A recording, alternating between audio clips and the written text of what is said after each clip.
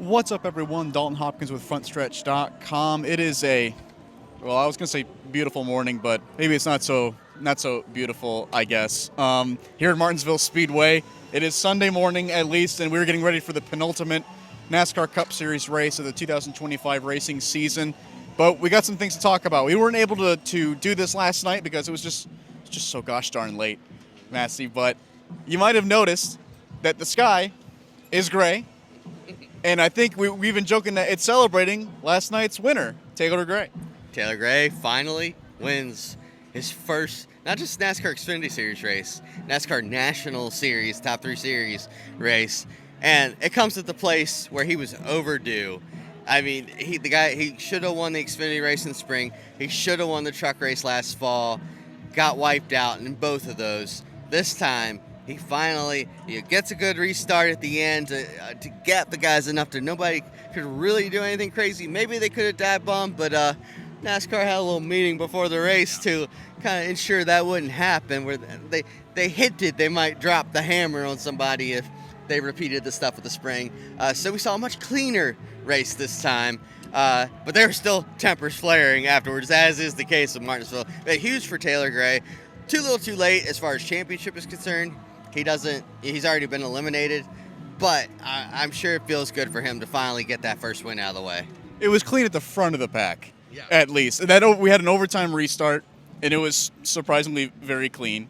We actually talked to a couple drivers after the race about that. I asked Taylor Gray about it. You can check out that video on frontstretch.com. But in the middle of the pack, maybe not so clean. We should talk about that first before we go into eliminations. You caught up with one of the contributors to that, Sam Mayer.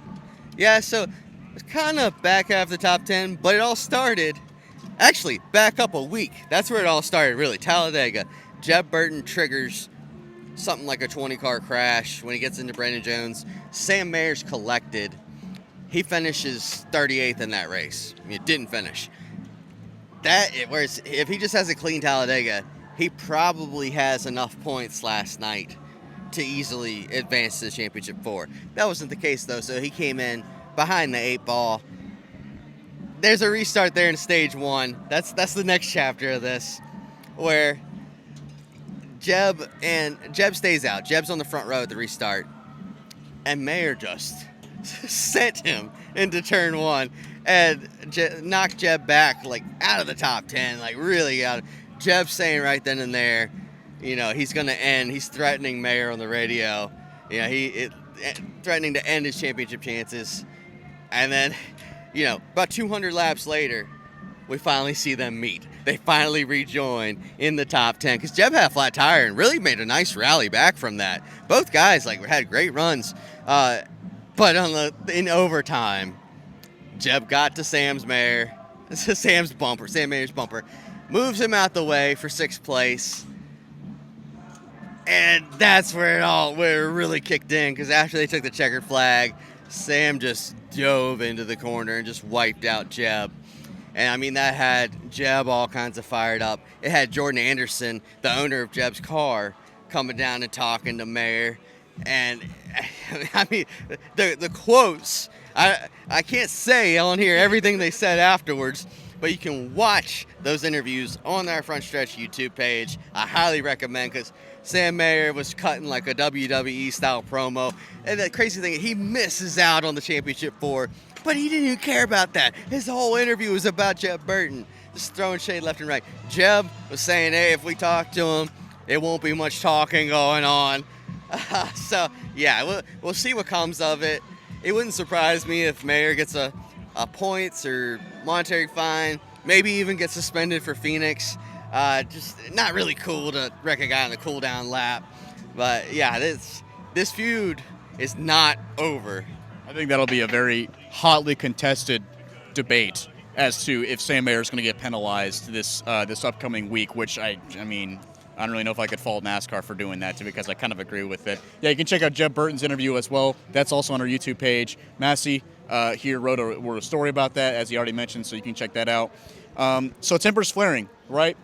Corey Day and Ryan Sieg had a disagreement. You can check out both ends of that argument as well on our YouTube page. Ryan Sieg saying that Corey Day was all over the place and doesn't know how to control his car, and Corey Day just kind of like laughed it off, sort of. So I don't know if there's really anything that's going to happen there, but it's typical Martinsville, right? But you know what else is typical Martinsville is the playoff chaos that happens here in the fall, and that's exactly what we got last night.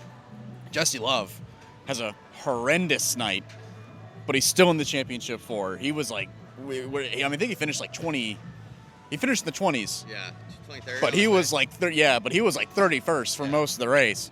And then you have Carson Kvapil as well, who was in the top 10, actually won stage 2. Yeah.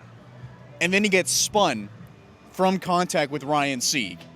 And he sends him spinning with 23 laps to go, and suddenly he's below the cut line. That team, as he put it, he had to hammer it through the field to get from, I think he was in 31st, to get back up to 18th in just 20 laps to get himself back into the championship four, which he did. So Carson Kvapil, Jesse Love, Justin Allgaier, and Connor Zilic are going to be our championship four at Phoenix. So you can check out my story on Carson Kvapil on Frontstretch.com as well, and you can check out all of the playoff drivers. I think we had interviews from all the playoff drivers after the race on our YouTube page, and check those out. But now we got to get into today. A lot of things happening today, a big event, and I'm sure that we'll be here for probably, what time is it right now? It is almost 11 o'clock. We'll probably be here for the next, 10 hours because of what's about to happen. Green flag is supposed to be at 2, I believe. Coverage begins at 2, so it's going to be a chaotic final race before the championship finale. And I guess we're talking about qualifying. Massie, what did you notice from qualifying yesterday, Cup Series qualifying? Well, I noticed that several of the guys that are in must-win situations came out swinging. William Byron wins the pole. Kyle Larson, Joey Logano, both in the top 5. The only one that's in that must-win situation, not that Larson's in a must-win, but, he's not locked in. Ryan Blaney had a horrible qualifying run. He's starting near the back of the pack. So if he's going to win 3 fall Martinsville races in a row, he's going to have to work for it. Whereas the guys up front, they're really going to put pressure on that cut line. You're going to see that cut line move around all day as Byron takes the lead, as Larson takes the lead, as Logano maybe takes the lead. So it's not settled. And I think you're going to have to pay attention to the Larson and Bell points battle all day long. I think there is going to be a lot of chaos. Like you mentioned, over 500 laps today, double the amount from last night. So I think we can probably expect, and you know what, in all likeliness, it'll probably all come down to an overtime restart anyway. So I'm sure it'll be, the last 2 nights have been overtime restarts. I'm sure tonight will very likely be no different. But that means that we should probably get into our picks. Michael Massie, who wins the Xfinity 500 today? So the past 2 weeks, William Byron should have had top 5s. And he had things outside of his control happen. The Ty Dillon incident, pit incident at Vegas, the getting spun coming to the checkered flag by Carson Hocevar, whose pit stall we're in right now, so I can't say that too loudly. Last week at Talladega. I think he gets redemption today. I think he wins it from the pole. And that's my pick. Will he be? Actually, I was going to go with him too, but now that you picked him, I guess I got to change it up. That's okay, because I'll actually go with my second pick. And I think the last 2 seasons, at least Ryan Blaney, it wasn't huge of a surprise when he won last year. It wasn't a huge of a surprise when he won. I guess it was kind of a surprise when he won the year before that, but I preempted this wrong because I'm not going with Ryan Blaney. I'm going with the guy who won before him in the fall here in Martinsville. I think Christopher Bell gets it done. And he doesn't really need to win, but he's only 1 point above Kyle Larson right now. Or is he below? I mean, either way, it's a 1 point separation between he and Kyle Larson for between 3rd and 4th. And if somebody else wins while the other person is in 4th, they're gone. Yeah. So I think Christopher Bell knows that winning today still is going to mean a lot more. He's going to have to beat everybody else regardless. And I think in order to beat all the other playoff drivers, you got to win. And Christopher Bell knows how to do that here. So I think he's our pick. He's my pick, at least. Not our pick. Well, anyway, I'm Dalton Hopkins at Frontstretch.com. Be sure to continue watching our coverage. Thank you for watching. Continue viewing our coverage on Frontstretch.com and our Frontstretch YouTube page as well as we get ready for today's 500-lap race number 35 out of 36 of this year's Cup Series season. My Place Hotels is proud to be the official hotel partner of Frontstretch. With plush beds, in-room kitchens, and pet-friendly hotels, My Place makes for the perfect pit stop when traveling. Frontstretch fans can use promo code Frontstretch to save 10% on your stay at any of our nationwide properties. Sign up for our Stay Rewarded program to get even more savings. With My Place Hotels, don't just stay, stay rewarded. What's up? Michael Massie here, Frontstretch.com. Don't forget to hit that subscribe button.